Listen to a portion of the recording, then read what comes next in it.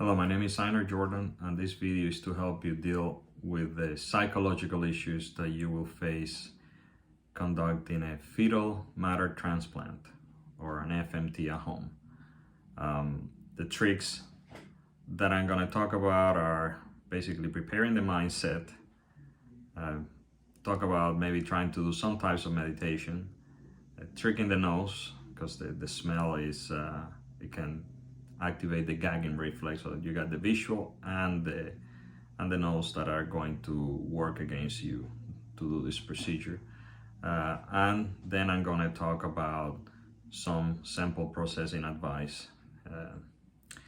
So to start preparing the mindset, I try to convince myself and remind myself that there is a lot of foods that we consume that are the byproducts of bacteria and even other animals. There is types of coffee that is actually digested and pooped and is very highly valuable. Honey is basically bee spit.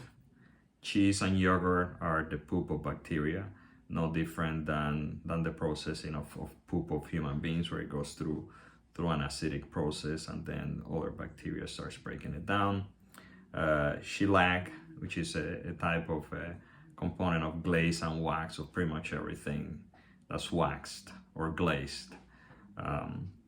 Sausage casing is for the most part either synthetic or it is the colon of animals. Bone filling, if you ever had a surgery on your jaw to fill voids in your bone, they actually fill it with human powder, bone powder. And I actually worked on that for a while in tissue banking industry. Even the reconstruction of the surface of the eye right now, they use amniotic membrane from the fetus, and that's pretty much how it's made. So I try to meditate for a bit, and I try and think about the benefits. This helped me greatly. Reading all the benefits. I was aiming at the time only for trying to treat my IBS, and I got lucky or not, and my interstitial cystitis of the bladder pain just simply disappeared with the procedure, which was shocking. I didn't expect such a quick and fast results. This treatment is approved by the FDA for certain conditions like Clostridium difficile. So it's not something that you're doing that nobody else is doing or ever done. They're running several clinical trials, and there were companies in Canada that were selling, but they were shut down by the feds that were selling freeze-dried product. So this is not something that there is some risk associated with it, but it's not something that is just nobody's ever done before. Egyptians used to do this. They didn't have enteric capsules, so they basically mixed it with different things, and they couldn't probably deliver it as effectively to the gut, but they were doing this over 5,000 years ago. So it is not something new. Animals do this all the time. If you have a dog, you will see them smelling and eating feces from other dogs. Newborns tend to do this, even in humans, till we started becoming a little more obsessed with cleanliness. So it is not something, because children are, once they go through the vagina, the birth canal, then they pick up a lot of bacteria there, but they continue to pick it up as they go along. This is why kids lick everything and put everything on their mouth. So the other trick that I don't use it myself, because I have worked with far far worse things than this when it comes to smell and visual.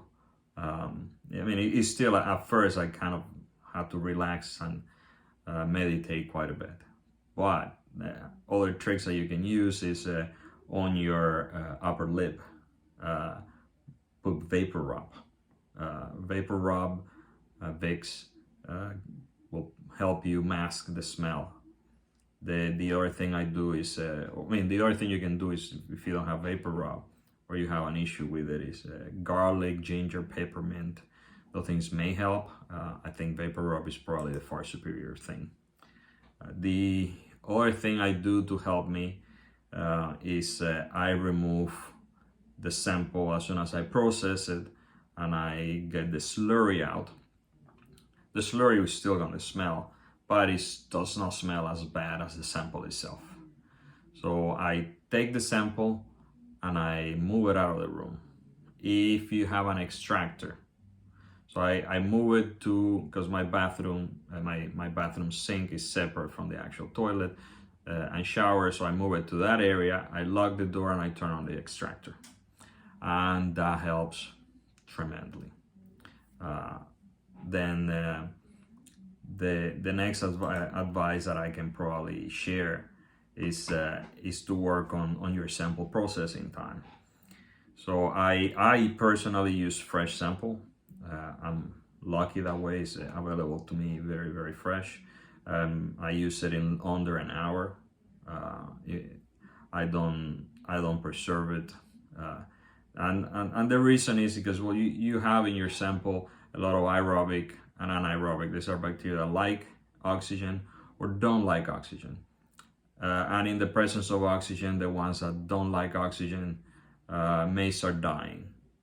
Then you have bacteria that is called in microbiology facultative bacteria, and they can, if there is enough stress, they can either breathe air or not. So they are either aerobic or anaerobic. So you don't want to start forcing bacteria to change, because there might be bacteria that land in there and all of a sudden decide to change on top of that. And you want the sample as close as it was in the gut as possible. Freezing the sample, I read some articles that they did see a change, as I just described with aerobic and anaerobic bacteria. They see a change on the quantity of bacteria. So some are going to start growing faster and some just start dying in the freezing process. And I've seen a few. In industry, we normally use, when we freeze a sample, a chemical called dimethyl sulfonside, DMSO for short. Can say that 3 times fast. And this helps the freezing process, helps the bacteria to survive it. But the problem is that this chemical is toxic. And we still use it because it's very helpful for a lot of procedures in the medical industry. So it's still injected intravenous sometimes. In people with IC of the bladder, they put it inside the bladder. However, that still does not change the fact that it's toxic. It can melt plastics, from what I remember. So, and anyways, to freeze it, long term, you really need like a -80 freezer or lower. There are other things you could use instead of DMSO, but it's probably better to use it as fresh as possible.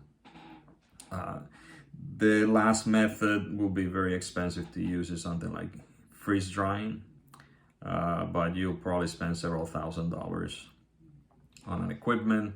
You're gonna have compressors and you have to maintain the equipment.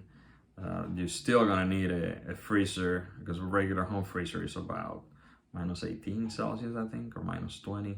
So you need something that ideally goes to -25 to freeze it. The process is not super complicated, but you have to know enough about it. I've done it in the past. It's actually very effective to freeze dry many things. But again, I really don't know this particular bacteria, and you probably don't have ways to actually analyze the amount of bacteria and that's gonna grow and will not grow. So I mean, I hope this helped you on your journey and the process, and wish you the best of luck. Again, I'm not a doctor and I am not a dietitian. I am an engineer in the biomedical industry, mostly do quality and process engineering. Thank you very much.